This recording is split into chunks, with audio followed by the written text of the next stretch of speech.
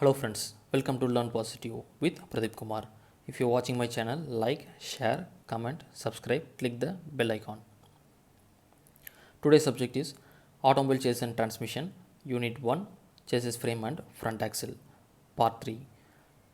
If you want to see the previous video of this subject, please click the I button on the top of the video. It will show the subject playlist.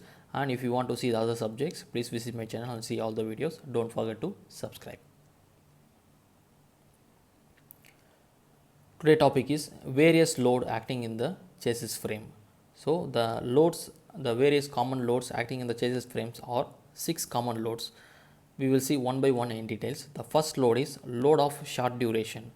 When a car is crossing a bump or braking path of a road, a heavy and sudden load is encountered for the short duration. This load is observed by the front longitudinal members of the chassis. So this load is said to be the short duration load. And the second load is combined load of moment. The combined load of moment is happened while applying a sudden brake, or the vehicle is going to be in a curved path. So the load is occurred in the combined load. The combined load is occurred at the moment. So it is said to be the combined load of moments. And the third one is inertial load. When you are driving the car, suddenly a person is came front of the car, you have to give a sudden brake in the short period. So the load happened in the side members at the vertical panel is said to be the inertial load. And the fourth load is impact load. Impact load is nothing but when a vehicle is collide with the another vehicle or obstructions, these loads are occurred.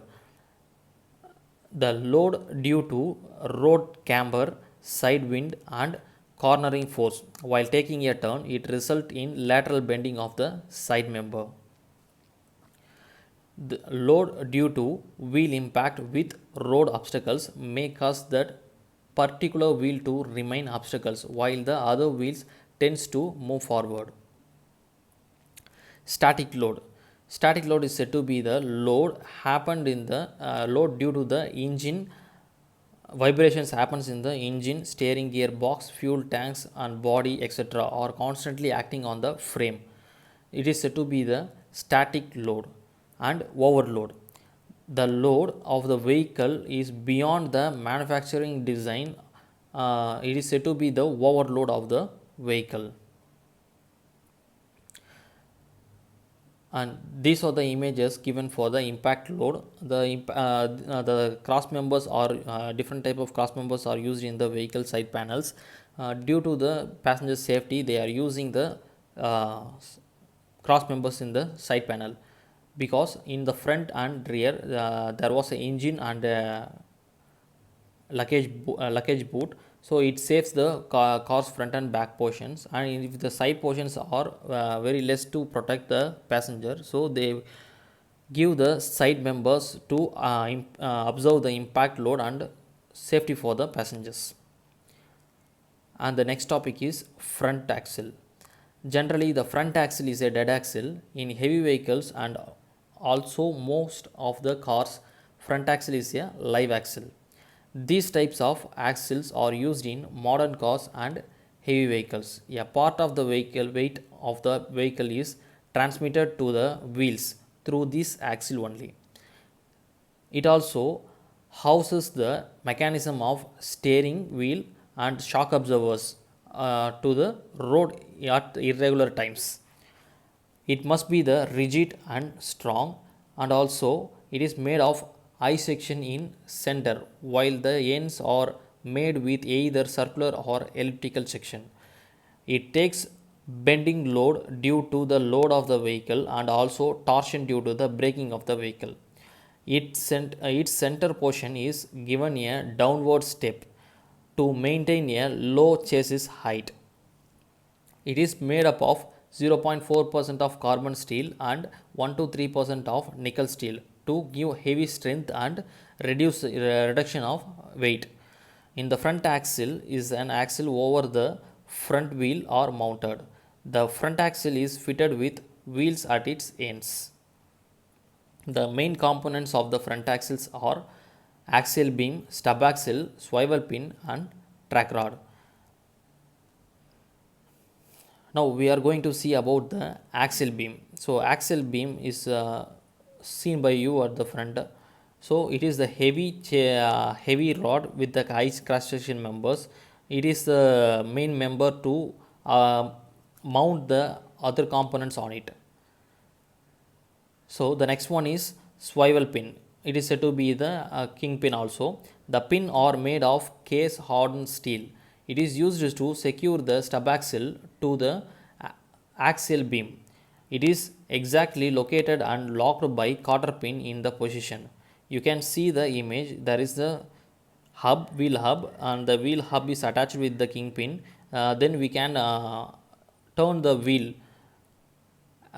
by using the steering. If the kingpin is not there, it is very difficult to turn the wheel, and it is also used for the vehicle wheel alignment systems to maintain the tire wearness. And the third one is track rod. The two stub axles arms of the front axle are connected with ends of a track rod through knuckle or ball joint known as track rod ends. To ensure adjustments, the connection is done by the screws. In the tow-in vehicle, it is increased by lengthening the rod, and it is decreased by shortening the same at the tow-out vehicles. The diagram shows how the tie rod are helpful to turn the vehicle by using the steering system. And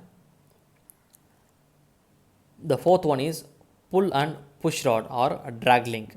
In the image, we can see this the steering wheel and the steering column. At the end of it, we have a pinion, and the rack is said to be the pull and push rod. The pull and push rod is very useful to pull the inner wheel of the vehicle and push the outer wheel of the vehicle while turning the turning motion. So if we are going to turn the vehicle in the right side direction, it has to be pull the right side wheel inside the car and push the left side wheel outside the car. So it will helpful to the turn the car in the position. So pull and push rod or drag link is connected between the steering arm of the front axle and drop arm of the front axle and drop arm of the steering assembly also. Its cross member is said to be the tubular section. The spring load ball socket are provided at the end of the ends or each ends. So in these two, one end is connected to the steering arm and the stub axle, whereas the other end is connected to the steering drop arm.